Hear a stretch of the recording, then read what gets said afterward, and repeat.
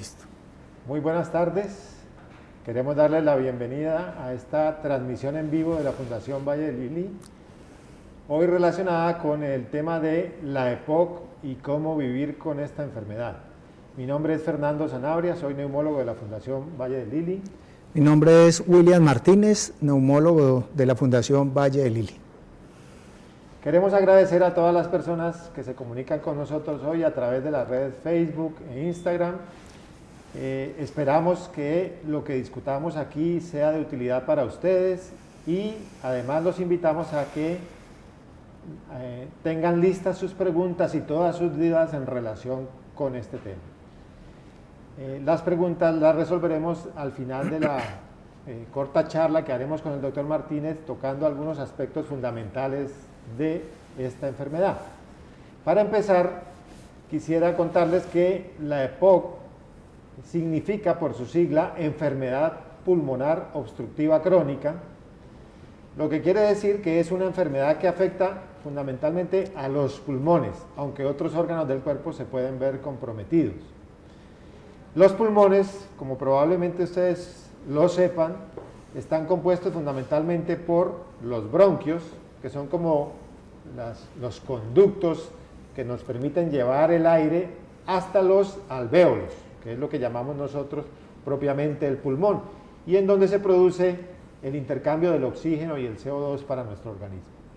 En esta enfermedad se afectan las dos estructuras, es decir, que en la enfermedad pulmonar obstructiva crónica, tanto los bronquios como los alvéolos se van a ver dañados por diferentes factores, como ahora nos contará el doctor Martínez, de tal manera que el daño que se produce genera finalmente una obstrucción de los bronquios que va a terminar limitando el paso del aire hacia los pulmones y la salida del aire de los pulmones hacia el exterior.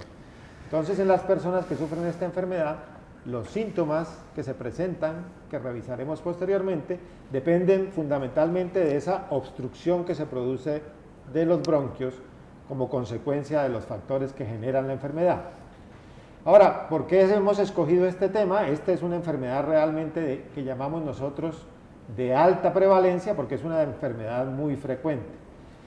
En nuestro medio se hizo un estudio en el que se evaluó qué tan frecuente es en la población colombiana y la conclusión es que hasta 8.9% de las personas adultas mayores de 40 años sufren de esta enfermedad. Entonces es una enfermedad realmente frecuente y además que genera muchas consultas, muchas hospitalizaciones, y entonces la carga económica que se produce sobre el sistema de salud es muy importante.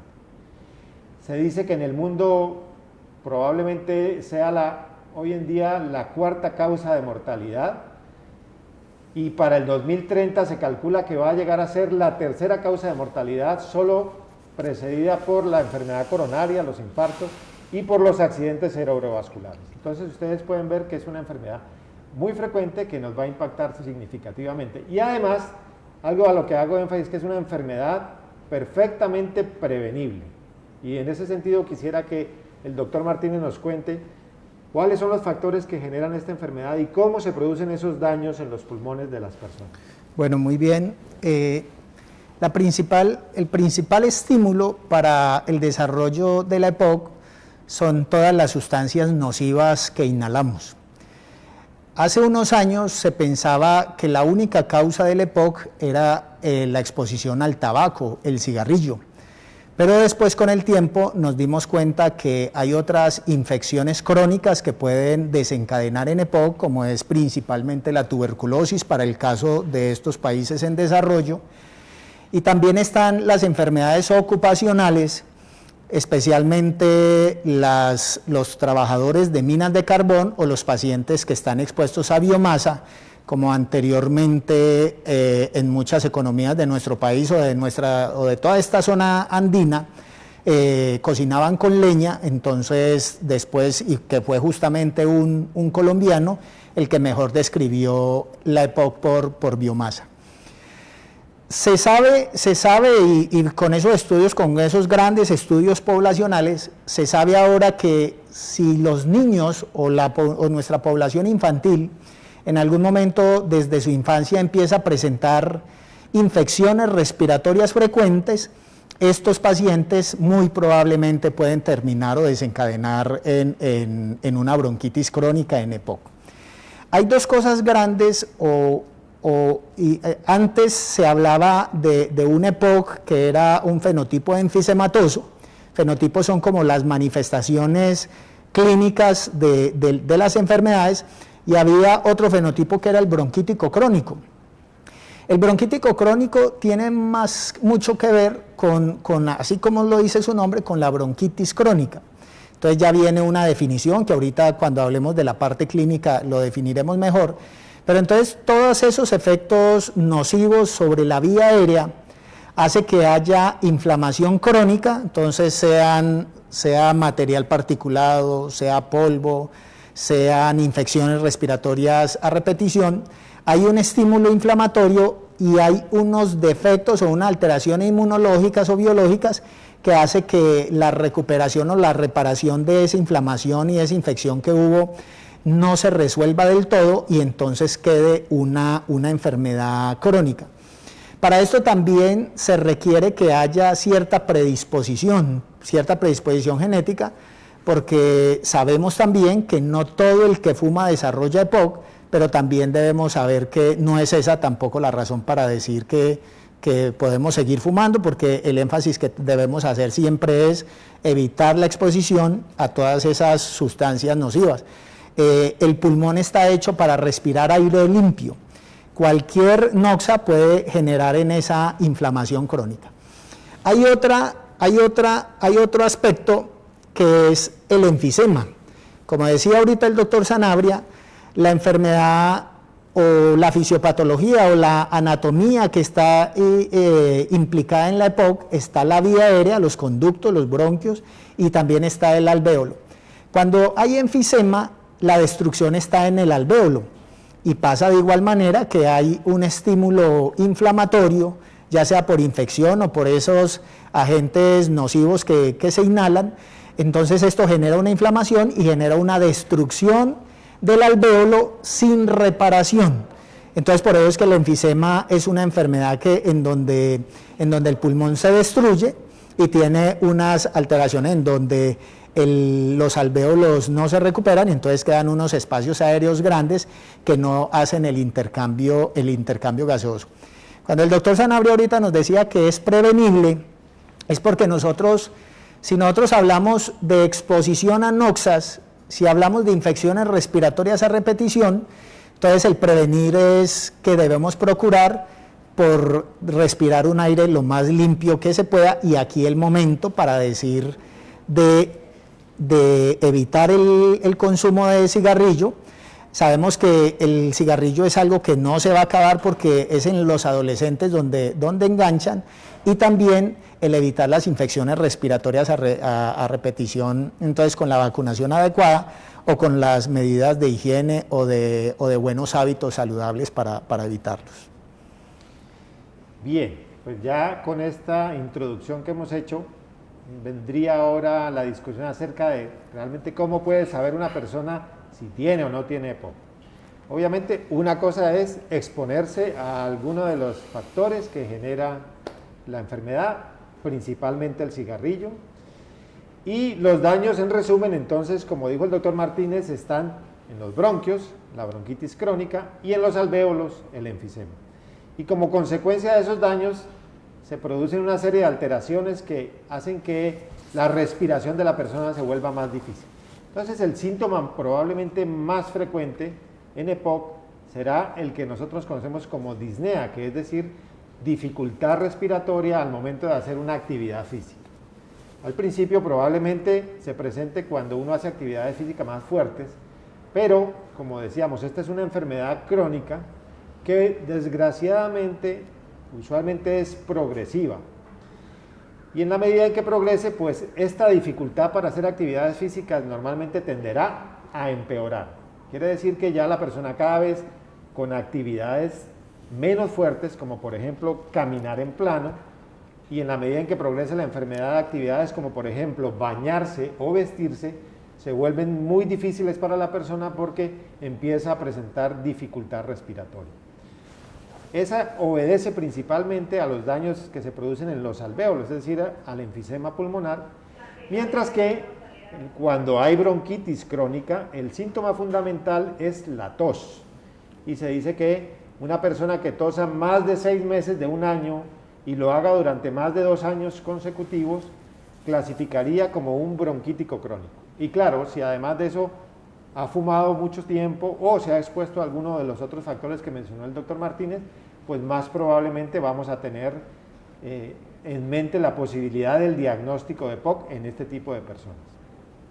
Ahora, esta enfermedad puede ir estable mucho tiempo, pero también lo menciona el doctor Martínez, pueden presentarse como empeoramientos agudos que nosotros llamamos exacerbaciones, las cuales la persona viene de pronto con un nivel de dificultad respiratoria más o menos estable o de tos con expectoración y puede llegar casi siempre en relación con infecciones, pero a veces con otros factores, a desencadenarse un empeoramiento rápido de la tos, de la expectoración que aumente en volumen y cambie en aspecto, a veces para volverse una expectoración amarilla o verde, y que la persona se ponga muy asfixiada. Casi siempre tendrá que consultar al médico o ir a un servicio de urgencias cuando se presenta una exacerbación. Estos son los síntomas fundamentales, pero como les digo, como es una enfermedad progresiva, en la medida en que pasa el tiempo, se va produciendo un deterioro físico de la persona que finalmente puede terminar convirtiéndola en un inválido desde el punto de vista respiratorio, y es el punto al que no quisiéramos llegar. Desde ese punto de vista, pues el diagnóstico temprano sería importante, y entonces ¿cómo hacemos el diagnóstico? Es algo que quisiéramos discutir a partir de ahora. Entonces, doctor Martínez, ¿cómo hace uno para diagnosticar la enfermedad? Bueno, como el doctor Sanabria pues bien lo dijo, hay unos síntomas, entonces los síntomas deben de ser síntomas compatibles con la enfermedad, partiendo de unos factores de riesgo que tenga el paciente. A veces la neumología no es fácil porque en neumología todas las enfermedades son ahogo, tos, entonces se puede confundir con muchas otras, entonces los factores de riesgo son importantes, y que el paciente tenga los síntomas bronquíticos crónicos. Hay un examen fundamental que hoy día pues hay unas discusiones al interior de las sociedades científicas, y es que todavía la espirometría es el examen fundamental para hacer el diagnóstico de EPOC. La EPOC tiene algo de especial como enfermedad, y es que tal vez es así, doctor, que es la única enfermedad que requiere una espirometría que confirme el diagnóstico. Sí. Entonces la espirometría tiene que tener una alteración que se llama una alteración obstructiva.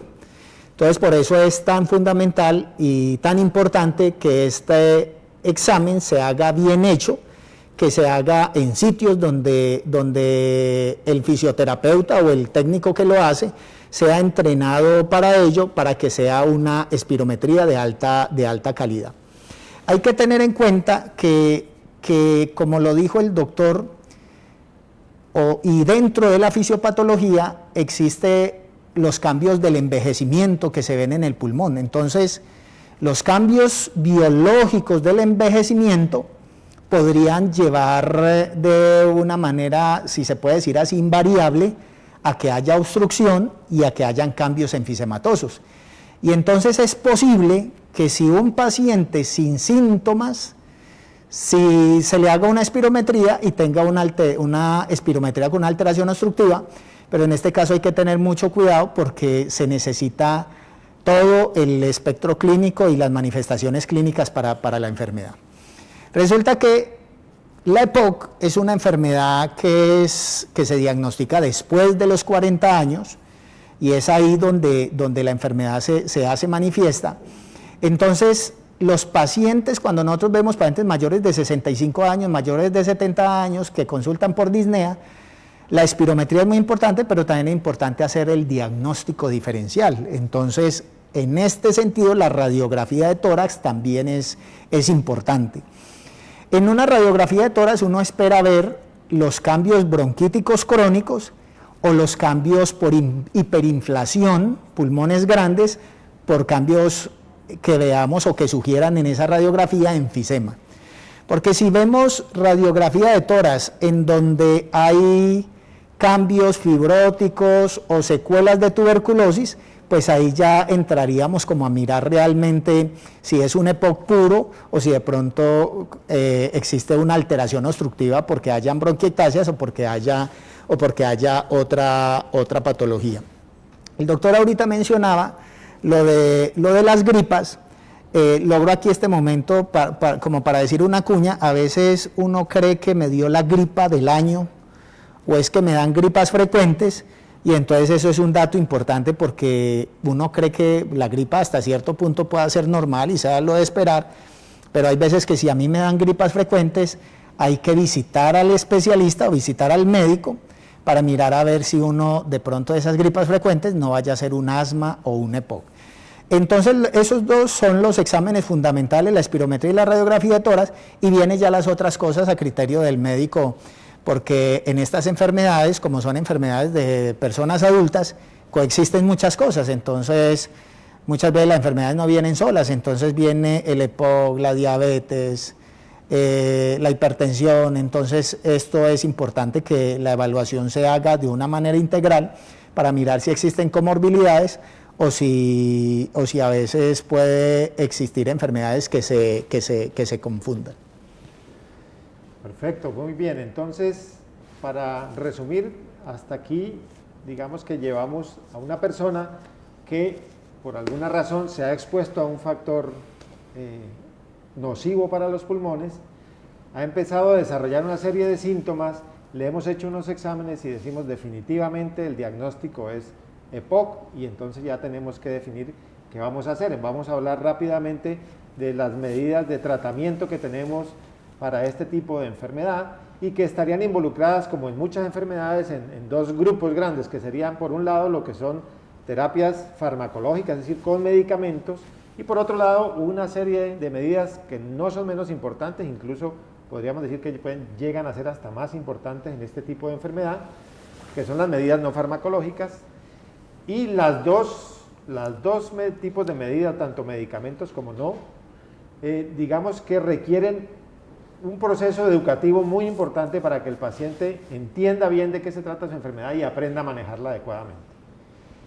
Hablando de lo que son medidas farmacológicas, o sea, medicamentos, los medicamentos que hoy en día son fundamentales para el tratamiento de la enfermedad son medicamentos inhalados, es decir que tenemos afortunadamente cada vez más opciones de tratamiento dirigidas a controlar los síntomas de la enfermedad y que básicamente podríamos dividirlos en dos grupos, que serían los medicamentos que son broncodilatadores.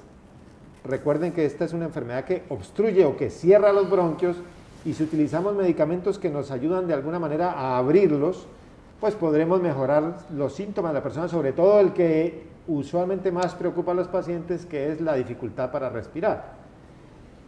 Y por otro lado están también por vía inhalatoria medicamentos desinflamatorios que en ciertos pacientes pueden ser utilizados y nos podrían ayudar a mejorar síntomas como por ejemplo la tos, la expectoración o la tendencia a que las personas hagan estas exacerbaciones con más frecuencia.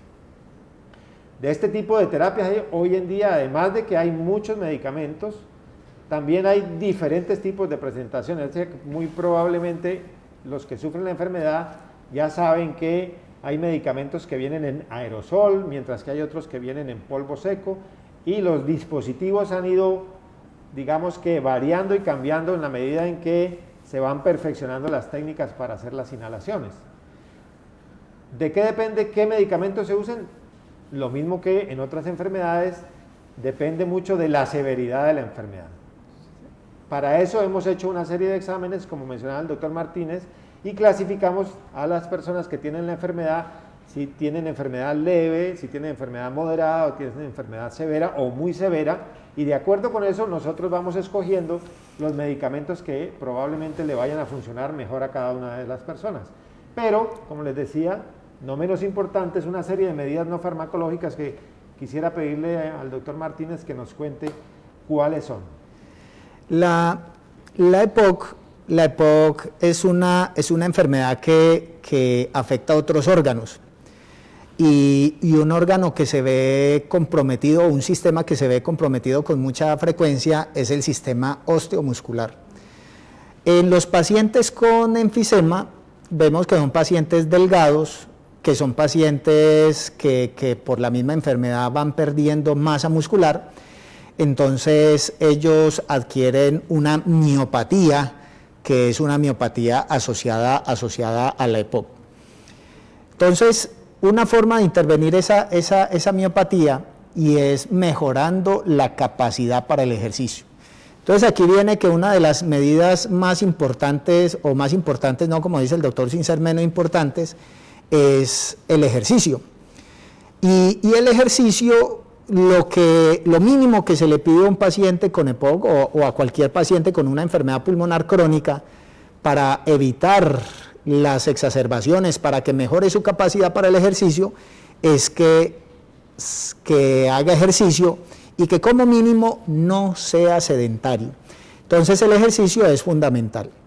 Hay pacientes que por su severidad son pacientes que tienen disnea crónica, entonces estos pacientes se limitan para el ejercicio y entonces como una medida de compensación para evitar el ahogo son pacientes que tienden a mantenerse quietos. Entonces estos pacientes por la enfermedad se vuelven sedentarios y esto crea un círculo vicioso porque la ausencia de ejercicio hace que nos desacondicionemos, que nos volvamos más o menos poco tolerante al ejercicio, entonces el ejercicio es una de las medidas farmacológicas más importantes. En los bronquíticos crónicos y en los infisematosos puede haber sobrepeso o puede haber desnutrición. Entonces otro manejo no farmacológico, medida no farmacológica, es la nutrición adecuada. La nutrición adecuada es estar con el peso ideal, y no ni tener sobrepeso, porque el sobrepeso nos incrementaría la disnea, y tampoco tener desnutrición. Entonces los pacientes tienen que tener una nutrición adecuada. A veces es difícil como carga para el sistema de salud, pero los pacientes con EPOC, si tienen desnutrición, estos pacientes deben ser seguidos por la nutricionista o un especialista en nutrición para, si es necesario, los suplementos nutricionales. Otra medida, bueno, esta no es no tan farmacológica, pero es como diferente a los inhaladores, y es el estar al día con las inmunizaciones. Una de las causas frecuentes por las cuales los pacientes entran en crisis por su EPOC, nosotros le llamamos exacerbación de EPOC. Una de las principales causas son los virus, y casi que el 50% de los pacientes que le dan esas crisis respiratorias o esos episodios de bronquitis son por virus. Entonces una estrategia es, en los pacientes que aplique, pues mayores de 50 años, mayores de 65 años, el uso de la vacuna contra la influenza. Y volvemos a insistir en el evitar la inhalación de humos y de sustancias nocivas, y entonces aquí es fundamental también el no fumar. Y por eso es que existen leyes antitabaco, porque así yo no fume, lo que nosotros llamamos la exposición al tabaco de segunda mano, eso también me puede afectar o puede afectar a nuestros hijos o a las personas con las que convivimos. Ellos también se pueden afectar por exposición de segunda mano. Yo no sé, doctor Sanabria, si haya que complementar a esas medidas no farmacológicas, si se me escapa alguna. A ver, vamos ahora a dar paso a algunas preguntas. Entonces, solamente como por mencionarle, algunos pacientes, en la medida en que la enfermedad empeora, pueden terminar necesitando oxígeno sí. En casa. Esa es una medida que en algunos pacientes tenemos que tener en cuenta. Y cuando hemos agotado ya todas las opciones, el paciente ha hecho todo este tipo de tratamiento de manera juiciosa y la enfermedad sigue empeorando, empezamos a considerar opciones que podrían ayudar a mejorar su calidad de vida, que son las opciones que llamamos quirúrgicas, es decir, hacer cirugías buscando mejorar la capacidad física de la persona desde el punto de vista respiratorio, cirugías para quitar, por ejemplo, la parte de pulmón, digamos, que más se ha dañado, que tiene más enfisema, y como una última opción, el trasplante de pulmón, que también se ha venido perfeccionando en este grupo de pacientes y que cuando no hay más alternativas, pues nos da buenos resultados. Pero no queremos de pronto extendernos más en esto para poderles permitir a los teleaudientes que nos hagan sus preguntas y empezar a resolverlas. Y ya tenemos por aquí algunas que voy a írselas leyendo y las vamos a ir resolviendo. Aquí hay una que dice: ¿la EPOC tiene relación con la apnea del sueño? Y aquí dice: ¿a qué edad es más frecuente la EPOC? Y lo digo porque a mi esposo primero le dijeron que era EPOC y luego le dijeron que era apnea del sueño. Él no ha sido fumador. Bueno, esto en principio la pregunta es si la EPOC tiene relación con apnea del sueño. Realmente son dos enfermedades distintas, pero hay que tener en cuenta que son ambas enfermedades de alta prevalencia. Es decir, que en personas mayores de 40 años es muy frecuente que veamos cualquiera de las dos enfermedades. Y puede ser que alguna persona sufra de las dos enfermedades al tiempo, pero la causa de estas dos enfermedades, cada una tiene una causa diferente. En el EPOC fundamentalmente cigarrillo u otras exposiciones. En la apnea del sueño son factores que predisponen a que cuando una persona se duerme, se le tienda a cerrar el paso del aire. El caso específico de esta pregunta, que habla de que al esposo le dijeron primero EPOC y después era apnea del sueño, si me pone a decidir cuál de las dos sin más datos, yo diría más probablemente era apnea del sueño, porque si no era fumador, es poco probable que realmente la enfermedad de base fuera la EPOC y más probablemente la apnea del sueño, aunque la apnea del sueño tiene una cantidad de síntomas muy distintos a las de la enfermedad pulmonar obstructiva crónica. No sé si... Sí, es como lo dice el doctor Sanabria. Aquí en este caso, si existe la duda, habría que revisar la espirometría, y como decía el doctor Sanabria, y como lo decíamos al principio, existe lo que en medicina conocemos como las comorbilidades. Entonces, a veces pueden coexistir las enfermedades, pero es una condición que debe ser tratada, y que si es tratada probablemente de una manera indirecta, si el paciente se ahoga durante el día o alguna cosa, es probable que el uso del CPAP en la noche, si requiere CPAP porque tiene también apnea del sueño, pues probablemente eso le ayuda a mejorar también de alguna manera su capacidad para el ejercicio. Pero pueden coexistir las dos enfermedades. Y hay otra pregunta parecida. Dice: yo fui asmático en la infancia. Cuando sea adulto mayor, ¿puedo desarrollar EPOC o no tiene nada que ver? Esa es una pregunta que de la manera sencilla es que si el paciente tiene asma en la infancia, después a la edad adulta sí, se puede volver EPOC. Y se puede volver EPOC es dando una respuesta o un efecto que hay sobre esa espirometría cuando decimos que la obstrucción es fija. Hay una diferencia entre asma y EPOC. Por ejemplo, nosotros podemos llegar un paciente y entonces el paciente, sin tener antecedente de asma, siempre existe esa duda, y con el EPOC siempre es ese el diagnóstico diferencial.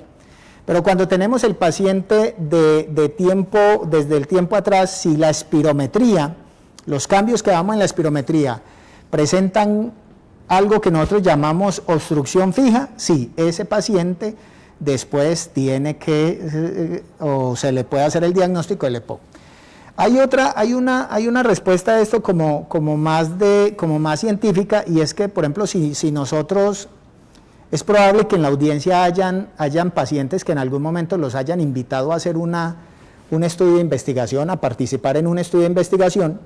Si yo, por haciendo investigación, tengo que escoger un paciente con EPOC y asma, casi siempre los pacientes que son antecedentes asmáticos dicen: ese paciente es asmático, no me serviría para un estudio de EPOC, porque el que es asmático tiene más respuesta al broncodilatador que el paciente con EPOC. Entonces, desde el punto de vista científico, El que es asmático desde la infancia, pues uno dice, va a ser asmático toda la vida, y el paciente, si adquiere una obstrucción fija, pues probablemente uno sí le pueda dar el diagnóstico de EPOC, pero uno diría más bien que el que es asmático va a ser asmático toda la vida y puede tener unos cambios en la espirometría que se comporte como un EPOC, pero yo diría que seguiría siendo asmático toda la vida. Ahora, algo también importante es que si la persona tiene asma en la infancia y se trata adecuadamente, ¿no es cierto? Si la persona es cuidadosa y hace las medidas de tratamiento del asma tal y como se las recomiendan, no espera uno que termine desarrollando un EPOC, porque un tratamiento de asma bien llevado termina generando una calidad de vida normal para las personas. Cuando uno no hace las medidas de tratamiento del asma de manera adecuada, puede ocurrir lo que decía el doctor Martínez, terminar comportándose de manera idéntica a lo que ocurre en la enfermedad pulmonar obstructiva crónica. Bien, aquí hay más preguntas. Entonces, dice, si la persona no es fumadora y no está expuesta a humos contaminantes, ¿puede usualmente llegar a desarrollar EPOC? Sí. Como le dije al principio de la charla, ese era un concepto que había primero, que si el paciente no era fumador, pues era poco probable que tuviera EPOC. Pero hoy se sabe que los pacientes pueden tener una predisposición y el tabaco no es la única causa que puede generar esos cambios al final de la vida o en la edad adulta. Entonces sabemos, por ejemplo, que gran parte de la población en estos países andinos se ubica en las grandes ciudades. Entonces son ciudades que por la polución, la contaminación, se pueden estar exponiendo a otras cosas y esos pacientes pueden terminar en EPOC. Y en la consulta no es inusual que tengamos pacientes con EPOC en que no han tenido la exposición al tabaco. Entonces, la ausencia de exposición al tabaco no me descarta que yo pueda desarrollar un EPOC. De pronto para el enfisema puede ser diferente. En el enfisema sí existe una relación directa entre la exposición al tabaco y el que desarrolla el enfisema, haciendo la salvedad de que existe una enfermedad que se llama la deficiencia de alfa-1 antitripsina, en donde los pacientes por una condición genética pueden desarrollar un enfisema. Pero también para esta enfermedad se requiere un estímulo nocivo, y el estímulo al humo del cigarrillo es muy importante para que desarrolle la enfermedad. Bueno, esta pregunta dice, ¿cómo se puede mejorar la calidad de vida de una persona con EPOC? Y digamos que la respuesta hace referencia a lo que mencionamos rápidamente desde el punto de vista de tratamiento. Es decir, todas las medidas de tratamiento que mencionamos van dirigidas en buena parte a mejorar la calidad de vida de las personas. Casi siempre el síntoma que más afecta la calidad de vida de las personas con EPOC es la dificultad para respirar en la medida en que se hacen actividades físicas. La persona se asfixia con hacer cualquier actividad y eso le afecta mucho su calidad de vida, obviamente. Entonces lo que hacemos es utilizar por un lado las medidas farmacológicas buscando que esa obstrucción bronquial se disminuya al máximo, que la inflamación de los bronquios que produce la tos y la expectoración también se controle en lo que más se pueda, pero es fundamental, es muy importante utilizar las otras medidas. Y una muy importante es la que mencionaba el doctor Martínez del ejercicio de manera constante. Usualmente lo hacemos en el marco de un programa de rehabilitación pulmonar, es decir, que tenemos personas entrenadas en terapia respiratoria que están dedicadas exclusivamente a tratar a estos pacientes de tal manera que el ejercicio sea algo dirigido de acuerdo con la necesidad de cada paciente. Obviamente también tenemos las otras opciones que son mejorar su estado nutricional, prevenir las infecciones para disminuir en lo posible las exacerbaciones y la necesidad de hospitalizarse, por ejemplo.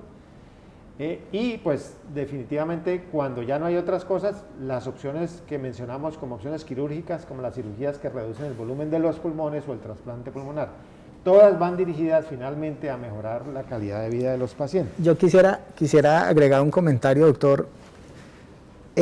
Con las enfermedades respiratorias crónicas es frecuente que haya comorbilidad psiquiátrica o que hayan trastornos de ansiedad por la misma condición de disnea crónica. La disnea es un síntoma, el ahogo es un síntoma que es muy molesto. Entonces, a veces la calidad de vida también se afecta por síntomas depresivos o de ansiedad. Lo mismo, por ejemplo, cuando los pacientes ya se ven enfermos y entonces se ven obligados a dejar el cigarrillo, el dejar el cigarrillo o la supresión tabáquica, pues también genera unas respuestas del comportamentales que nos puede ayudar a esto. Entonces, también en la calidad de vida es muy importante buscar la comorbilidad de la depresión para también tratar de intervenirla. De acuerdo. Bien, hay otra pregunta, dice, mi madre tiene EPOC, sin embargo, su saturación con oxímetro es la pincita esta que usamos nosotros constantemente para medir cómo se está oxigenando la persona, usualmente lo podemos medir en el dedo, y dice que su saturación con el oxímetro siempre es por lo regular 93-94%, que en principio sería normal. Y hace un tiempo un médico me dijo que ella no podía tener EPOC porque saturaba muy bien. ¿Me pueden decir qué opinan ustedes? No, la hipoxemia no es condición sine qua non para hacer el diagnóstico. Los pacientes con EPOC que requieren oxígeno, lo requieren ya es en una etapa avanzada de la enfermedad y la requieren más los enfisematosos que los bronquíticos. Entonces, esta no es una condición que si el paciente no se desatura, no es una condición para decir que no tiene EPOC. Entonces, esa es una apreciación errada.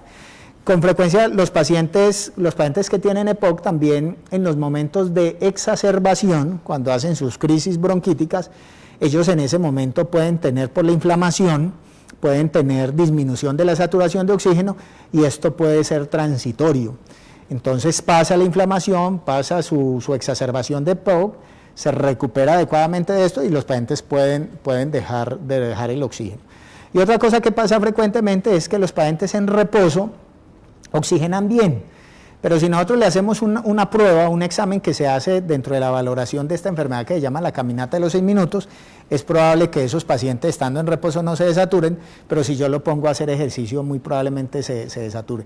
Pero esto no es un requisito para hacer el diagnóstico del EPOC, sino que puede ser una condición que es muy variable y que hay que evaluar por qué se presenta cuando los pacientes presentan desaturación de oxígeno. De acuerdo. Ahora otra pregunta. Mi abuela tiene EPOC y asma y en este momento tiene una disnea y cambios en el esputo. Ella se hace nebulizaciones. ¿Cuál sería el signo de alarma para llevarla al hospital? Bueno, tener EPOC y asma no es que sea frecuente, pero no, tampoco, digamos, en nuestra especialidad lo vemos con cierta frecuencia.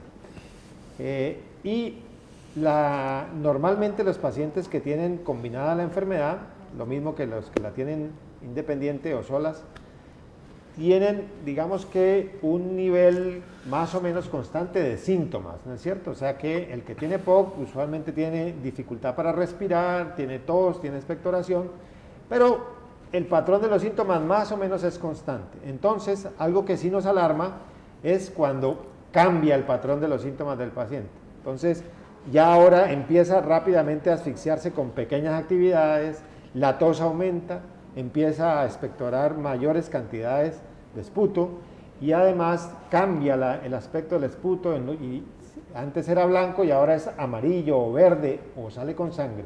Y si a eso le agregamos que el paciente tiene fiebre, como un síntoma que hoy en día en el marco de esta pandemia pues también se convierte en algo importante, pues todos esos son signos de alarma que nos deben ir inclinando a consultar a un médico. Si es que el deterioro es muy rápido y la persona empieza a presentar gran dificultad para respirar, pues con mayor razón, y ahí sí sería preferible que la consulta sea directa a un servicio de urgencias. Como tenemos más preguntas, entonces pasemos a la siguiente que dice: ¿qué enfermedades respiratorias pueden dar si uno es fumador pasivo, es decir, que en la casa fuma otra persona. Pueden afectarse todas las enfermedades. Yo diría que se pueden dar todas las enfermedades que causa el cigarrillo: EPOC, cáncer, enfermedad coronaria y todas las alteraciones metabólicas. Y esto se justifica, esta respuesta, porque es tan importante el que haya espacios libres de humo, que no en vano existen esas políticas. Entonces, por eso es importante que en ese sentido exista como desde una política, porque es que los costos en salud que genera el cáncer, los costos en salud que genera la enfermedad cardio-cerebrovascular, los costos en salud que genera la EPOC, como decía el doctor, hace necesario que desde políticas de gobierno, desde políticas macroeconómicas, se impacte sobre eso, y por eso es que existen los espacios libres de humo, que es para evitar eso. No es lo mismo, mi riesgo de cáncer no es lo mismo según la cantidad de cigarrillos. Entonces tampoco podemos decir que porque me expuse por ahí de un momento a otro, entonces ya voy a terminar con cáncer, pero el daño para la salud sí puede ser. Además, el estar expuesto a cualquiera de esas sustancias, que esta es otra respuesta a esa pregunta, es que las infecciones respiratorias son más frecuentes cuando uno recibe cualquier gas o cualquier sustancia nociva. Entonces, concretando la respuesta, hay riesgo cardiovascular, hay riesgo para cáncer, y hay riesgo para la EPOC y también para las infecciones respiratorias a repetición. Bueno, otra pregunta que es muy interesante es esta. ¿La EPOC es hereditaria? Bueno, tendríamos que decir, desde el punto de vista de una respuesta concluyente, no es una enfermedad hereditaria, porque si uno no se expone a algún factor que termine dañando los pulmones, pues finalmente no tendría por qué desarrollar la enfermedad. Sin embargo, sí debe existir alguna predisposición genética en algunas personas, porque sabemos que hay personas que han fumado mucho tiempo, una gran cantidad de cigarrillos, un paquete diario, 2 paquetes diarios, pasan 30, 40 años y no desarrollan la EPOC. Mientras que hay otras personas que han fumado menos tiempo, menos cantidad de cigarrillos y empiezan a tener síntomas de la enfermedad y se hace diagnóstico de enfermedad. Es decir, que cada persona puede reaccionar de manera diferente a los estímulos tóxicos que produce el humo del cigarrillo en los pulmones. Y eso, suponemos, y pues de hecho se saben muchas cosas, depende de la carga genética que tenga cada persona, y algunas serán más susceptibles y otros menos susceptibles a desarrollar la enfermedad. Bueno, aquí hay otra pregunta que dice: mi madre de 74 años usa Symbicort y Zebri. Yo, para evitar complicaciones, barro con un trapo húmedo y evitamos el polvo y el frío. ¿Está bien formulada y los cuidados son los correctos? ¿O qué más podemos hacer? Yo creo que sí, yo creo que está bien formulada. A la hora de si la medicación le sirve o no al paciente, pues ahorita en la parte, el armamentario terapéutico que hay para el EPOC, pues cada vez es más abundante. Entonces, lo importante es que si el paciente utiliza la inhaloterapia que use y está bien, y estar bien es que tenga una capacidad adecuada para el ejercicio, que no le den crisis respiratorias, que lo tengan que hacer ir por urgencias o buscar la atención médica. Ese paciente, uno dice que está bien tratado. En cuanto a esos aspectos de higiene respiratoria del hogar, la recomendación fundamental es que estos pacientes no se deben exponer a ambientes contaminados. Entonces, entre menos haya exposición a ambientes contaminados, mejor. Claro que lo que tiene que ver con el aseo de la casa, yo diría que no tiene mayor impacto, pero diferente es si, por ejemplo, vivimos o mi casa está cerca de un sitio donde hacen quemas frecuentes, o si estoy cerca, lo que pasa con las personas que viven en zonas industriales donde hay mucha polución, esto sí tiene un impacto sobre el control de la EPOC. Pero otra cosa que para cuestión práctica es que, por ejemplo, si alguien tiene EPOC, pues no es recomendable que esté exponiéndose al humo, por si le gustan los asados en casa, pues la recomendación es que ese tipo de actividades las evite al máximo. Y si a esa persona que tiene EPOC le toca que hacer el oficio de la casa, pues obviamente no se puede poner a levantar el polvo. Con frecuencia en Navidad no es infrecuente el motivo de consulta que porque destapan o vuelven y buscan los arreglos navideños, pues la exposición a este polvo los exacerba. Entonces ese tipo de actividades sí hay que tratar de evitarlas. Bueno, esta pregunta dice, tengo un diagnóstico de asma derivado de una infección por la influenza H1N1. Desde hace 3 años, a pesar del uso de inhaladores, tengo demasiadas secreciones en la garganta. ¿A qué se debe y puedo más adelante generar EPOC? Bueno, las infecciones por virus respiratorios pueden dejar secuelas importantes en las vías respiratorias. Eso es muy frecuente en la población infantil, pero no es que sea raro en los adultos. Y esta infección por el virus de la influenza es de las más serias, de las infecciones por virus que más afectan a los pulmones. Pero usualmente el comportamiento de las secuelas que dejan este tipo de infecciones por virus se parece más al asma que al EPOC. Al final, pues usualmente la persistencia de síntomas dependerá de que haya una sensibilidad, sobre todo en los bronquios, que permita que haya inflamación constante y la producción aumentada de flemas, que es lo que probablemente esté ocurriendo en su caso.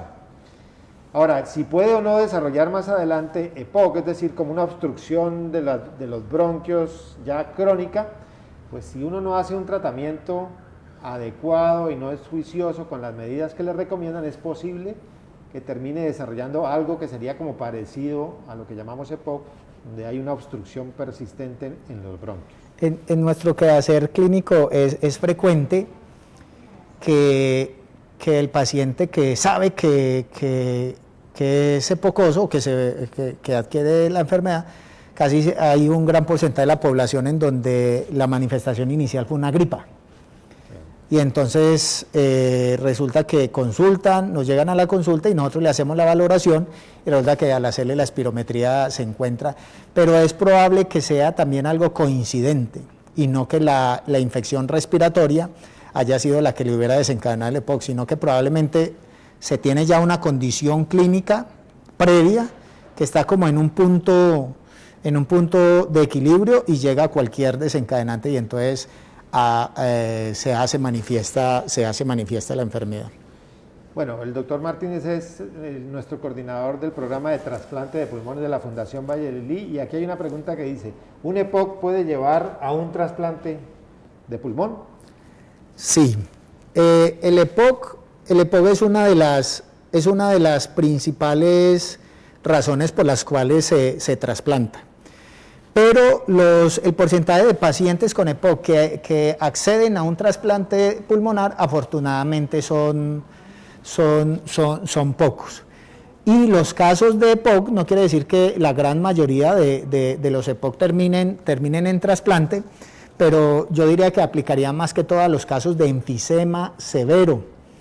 Y entonces, si el paciente tiene enfisema severo, el enfisema es de manera difusa en todo el pulmón, y es una persona que es menor de 65 años y tiene otros criterios de severidad, es probable que ese paciente se beneficie de un trasplante. Pero afortunadamente tampoco es para entrar en pánico de que si yo tengo EPOC, entonces muy probablemente vaya a terminar en un trasplante, no.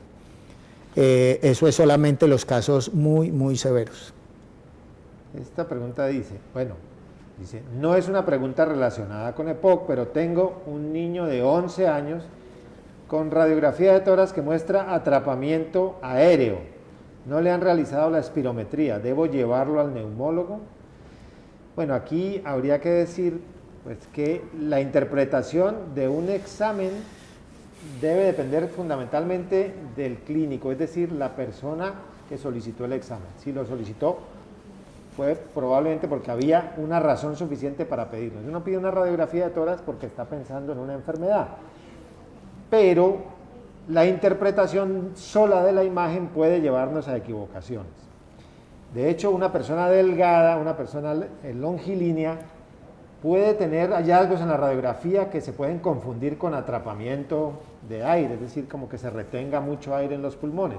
Y sin embargo, eso es ser un hallazgo falso. Entonces, ante la duda, y si le habían pedido la radiografía por algún tipo de síntoma respiratorio, pues es probable que sí convenga que reciba la opinión de una persona que tenga experiencia en el tema y obviamente que en enfermedades pulmonares el neumólogo pediatra en este caso sería la persona ideal.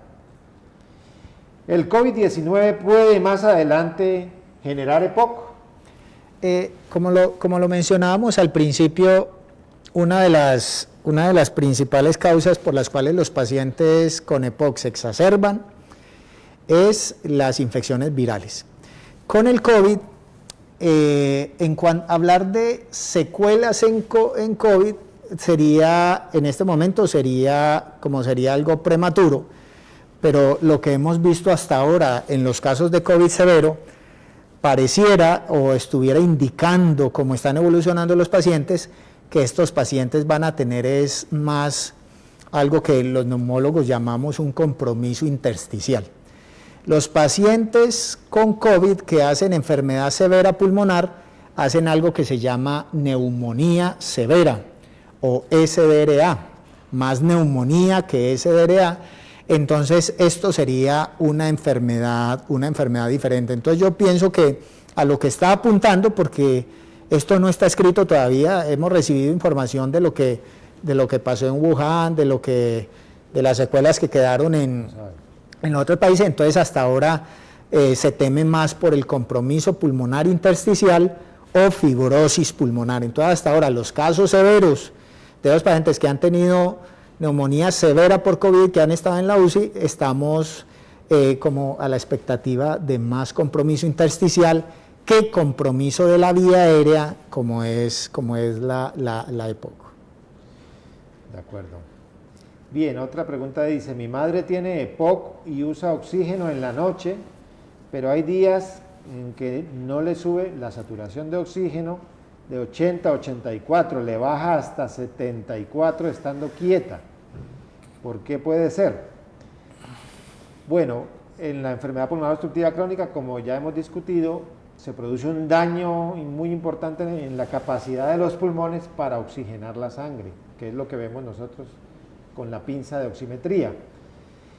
Si esto está ocurriendo de manera permanente, es probable que si es solo por EPOC, la enfermedad ha progresado bastante y está alterando mucho la capacidad de oxigenar. Lo que allí yo recomendaría hacer es visitar al neumólogo, si tiene su neumólogo de cabecera, para reevaluarla y mirar si se puede hacer cambios en la terapia que ayuden a mejorar este tipo de problemas. Pues porque recuerden que hay muchas herramientas, tanto farmacológicas como no farmacológicas, para mejorar estas cosas. Si es algo que viene ocurriendo más o menos de manera constante. Ahora, si es algo que está ocurriendo en los últimos 2 o 3 días, pues lo preferible es que consulte inmediatamente y pues idealmente por un servicio de urgencias. Aquí hay otra que dice, mi hermana tiene 67 años y sufre de EPOC. Por lo general lleva una vida normal. Sin embargo, en los últimos 2 años ha perdido demasiado peso. Nos preocupa mucho porque mide 1,53 y pesa 38 kilos. ¿Qué se puede hacer? Aquí lo más importante es, si se tiene el médico de cabecera, pues visitar al médico de cabecera. Pero cuando se tiene EPOC, enfisema o bronquitis, también coexiste el estado nutricional de la desnutrición. Eso es y a veces en enfermedades muy severas, hay una respuesta que se llama catabólica. Entonces estos pacientes consumen más energía por esa disnea, pero si no es el caso de la paciente con una obstrucción severa, ni tampoco es para preocupar al paciente, pero nosotros también hemos hablado que así como el paciente por EPOC o que tiene EPOC también estuvo expuesto al cigarrillo. Entonces, en las pérdidas de peso, y no es, vuelvo y le repito a la persona que hizo la pregunta, no es para uno preocuparse, pero EPOC y cáncer también es otra cosa que tenemos que tener muy presente. Entonces, la recomendación es el médico de cabecera hacer un estudio juicioso de causas de pérdida de peso para estar seguros de que no exista otra enfermedad que no hayamos diagnosticado. Bien, tener EPOC y apnea obstructiva del sueño pueden generar sensación de cansancio y dolor generalizado en el cuerpo y además disminución para hacer las actividades. Definitivamente sí. Las dos son enfermedades crónicas que, como decíamos en el caso del EPOC, y lo decía el doctor Martínez en este momento, pues pueden alterar mucho la capacidad de funcionamiento de las personas, generar desnutrición, afectar mucho su capacidad muscular. Y la apnea del sueño definitivamente altera la calidad de sueño de las personas y una de las manifestaciones frecuentes es el cansancio diurno, la excesiva somnolencia diurna, es decir, que si están las dos juntas es posible que esos síntomas estén relacionados con la presencia de estas dos enfermedades. Pero siempre hay que tener en cuenta que igual uno puede tener adicionalmente alguna otra patología y hay que considerar esa posibilidad. Bien, una última pregunta, doctor Martínez dice, mi abuela de 89 años tiene EPOC derivado del uso de tiza y leña durante 40 años como maestra. Ella lleva medicada más de 20 años con fluticasona. Al llevar tanto tiempo, ¿es recomendable que se valore para el cambio de medicamento? Si al paciente le ha ido bien con el inhalador que usa, no habría razones para cambiar la medicación. En los pacientes o en los tratamientos que nosotros usamos para el EPOC, pues el doctor Sanabria hablaba de los broncodilatadores y los antiinflamatorios, los desinflamatorios. Para el caso de la EPOC se habla de descalamiento de la terapia y ese descalamiento de la terapia se refiere a quitar el corticoide inhalado. Pero ese corticoide inhalado nosotros lo quitamos en el paciente que hace neumonía y nosotros decimos esa neumonía está relacionada con el corticoide inhalado, entonces en ese caso uno podría descalar de la terapia. Hay otros efectos adversos de los corticoides inhalados que no son tan intensos como el que usa los corticoides orales, que es, ya mencioné uno, que es la neumonía. El otro es la diabetes o la alteración del metabolismo de la glucosa y el otro es la osteoporosis. Nosotros como médicos y más los especialistas que nos enfrentamos pues a esa enfermedad y al uso frecuente de esos medicamentos debemos tener en cuenta las reacciones adversas. Si se llegan a presentar una de estas reacciones adversas, claro que hay que considerar o disminuir la dosis del esteroide si no se le puede quitar, o también quitarlo del todo. Pero estos pacientes siempre debe de mirar, pero si el paciente le está yendo bien con el medicamento y nunca ha pasado nada con eso, y el paciente se hace el chequeo de la osteoporosis, se hace el chequeo de no tiene diabetes, no ha hecho neumonía, yo pensaría que no sería necesario cambiar el medicamento. No sé el doctor Sanabria si... Sí, no, claro, cada caso hay que analizarlo de manera individual y hay que ver los pros y los contras, como decía el doctor Martínez, del uso de cada uno de ellos. Bien, queremos agradecerles a todos los asistentes a esta transmisión en vivo, esperamos sinceramente que haya sido de utilidad para ustedes y en caso de que tengan inquietudes adicionales o que requieran de nuestros servicios, estamos disponibles para ustedes en el servicio de neumología de la Fundación Valle del Lili. Muchas gracias. Muchas gracias.